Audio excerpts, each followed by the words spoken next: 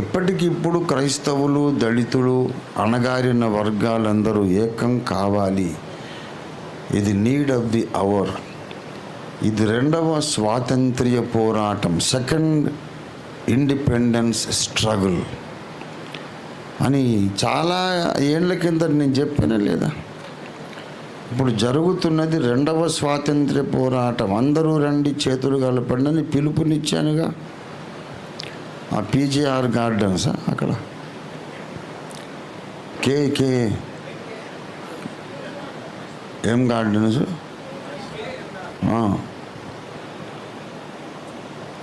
మొత్తం మీద సమస్య అంతా కూడా ఏదేను గార్డెన్లో మొదలై ఇప్పుడు గార్డెన్లో కూడా తిరుగుతున్నాం మనం. దేవుని బిడ్డలారా, ఇప్పుడు 8 సంవత్సరాల బట్టి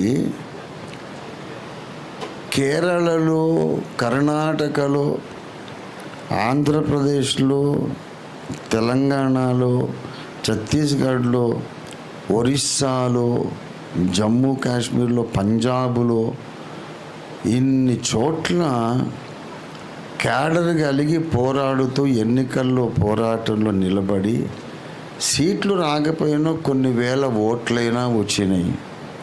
అలాంటి పార్టీ ఒకటి కుల నిర్మూలన జరగాలి అని ఎలుగెత్తి నినాదం చేస్తూ ఉంటే ఇంకొకటి ఇప్పుడు కొత్త పార్టీ ఎందుకు పెట్టినట్టు? అవసరమా? నా ఆశయం కొరకే ఈయన ముందే పోటీగా ఆయన పోరాడుతూ ఉన్నాడు కదా, అదే ఆశయాలు కదా నావి. మరి ఇంకోటి ఎందుకు శ్రమ తీసుకొని పార్టీ పెట్టాలని ఎందుకు వచ్చి చేరి పార్టీని బలపరచలేదంటే, ఇక్కడికి వస్తే వాడు నాయకుడు కాదు. రంజితోఫీర్ అనేవాడు సూర్యునిలాగా మండుతుంటే పక్కన ఎవడు కూర్చున్నా కూడా బుడ్డి దీపమే. ఓ పెద్ద లైట్ ఉందనుకోండి, ఆ పక్కన కొవ్వొత్తి పెడితే ఎవడు చూడడు.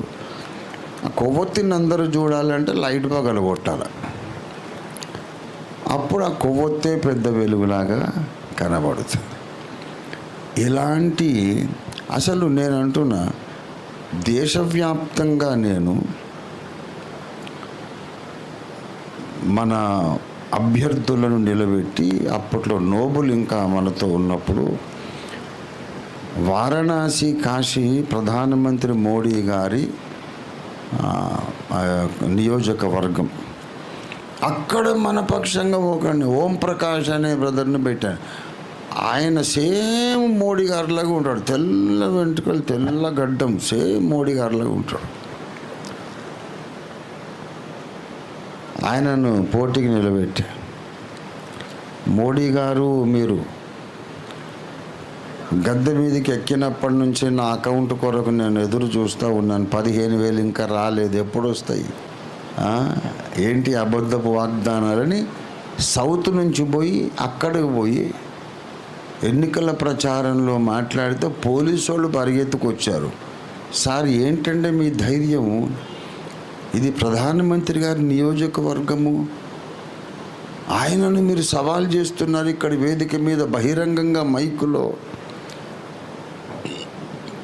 అంటే ఏమీ నేను తప్పు మాట్లాడితే మీరు అడగండి, మాట్లాడిన దాంట్లో న్యాయం ఉంటే సమాధానం చెప్పాల్సిన అవసరం ఆయనకుంది.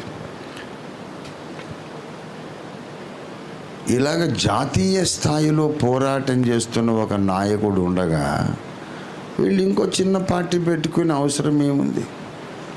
కేఏ పాల్ గారు కూడా అంతటి మహానుభావుడు. ఆయన దగ్గర విస్తారమైన ధనం ఉంది, ఉన్నదని కాదు, ఇచ్చేవాళ్ళు ఇంకా ఉన్నారు. ప్రపంచవ్యాప్తంగా డోనర్స్ ఆయనకి ఉన్నారు. డబ్బు అనేది ఆయనకు అసలు లెక్కనే లేదు. ఆయన కూడా జాతీయ పార్టీ పెట్టే సాహసం చెయ్యలేదు. ఆంధ్రప్రదేశ్ ముఖ్యమంత్రి అనే మాట్లాడతాడు తప్ప దేశ ప్రధానమంత్రి అని ఆయన కలలు కనలేడు. ఎందుకు తెలుసా? ఎందుకంటే అక్కడికి పోతే హిందీలో మాట్లాడాలా, ఆయనకు హిందీ రాదు.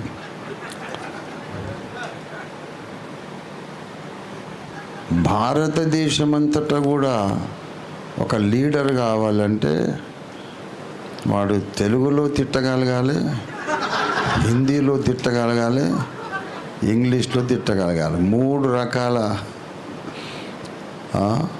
3 భాషలలో కూడా మాట్లాడగలిగితేనే మొత్తం జాతీయ నాయకుడు అవుతాడు. ఇప్పుడు వీళ్ళెవ్వరూ కూడా ఒట్టి తెలుగు ఏరియాలోనే తప్ప నార్త్కు పోతే ఎవరైనా రాణిస్తారా వీళ్ళను? వాళ్ళకి తెలుగు రాదు, వీళ్ళకి హిందీ రాదు. అందుకని ఉన్న ఇంట్లోనే గిరిగీసుకొని కూర్చోవాలి. అట్లాంటి వాళ్ళు మరొక జాతీయ నాయకుడి దగ్గరికి ఎందుకు రారు? ఇశ్రాయేలీయులందరూ కాపరి లేని గొర్రెలలాగా చెదరి ఉన్నారు. వాడు కాపరి లేడా? ఉన్నాడా లేడా? ఉన్న కాపరిని వాళ్ళు గుర్తించట్లేదు. వాళ్ళకు రాజు లేడా? ఉన్నాడు కదా. ఉన్న రాజును వాళ్ళు గుర్తించట్లేదు. ఇక ఇంతకంటే క్రైస్తవ సమాజం బలహీనపడడం సాధ్యము కాదు. ఇక సాధారణ మానవ సమాజం కూడా ఘోరంగా పతనం అయిపోయింది.